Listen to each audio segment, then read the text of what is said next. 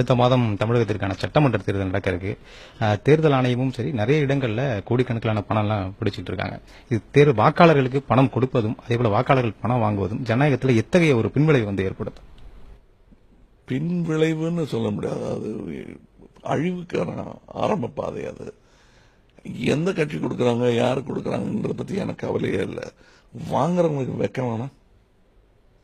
அப்புறம் நீங்க தெருவில் நின்றுட்டு இந்த மினிஸ்டர் சரியில்லை அந்த மினிஸ்டர் சொல்றது உனக்கு என்ன வக்கு இருக்கு இல்லையா? அப்புறம் சுட்டி காட்டி பேசி இவ்வளவு ஊழல் பண்ணிட்டாங்கன்னு சொல்றதுக்கு உனக்கு என்ன அருகதை இருக்கு? வாங்கிட்டல்ல, அப்ப நீ அதான உனக்கு தலைவனா ஒரு திருடன் தான் வருவான். அதுதான் நான் அவர்களுக்கு இந்த வாங்குறவங்களுக்கு சொல்றவங்களுக்கு, நீ அந்த மாதிரி வாங்கினா உனக்கு தலைவன் திருடன் தான். அதுல இருந்து உனக்கு விமோச்சனமே கிடையாது.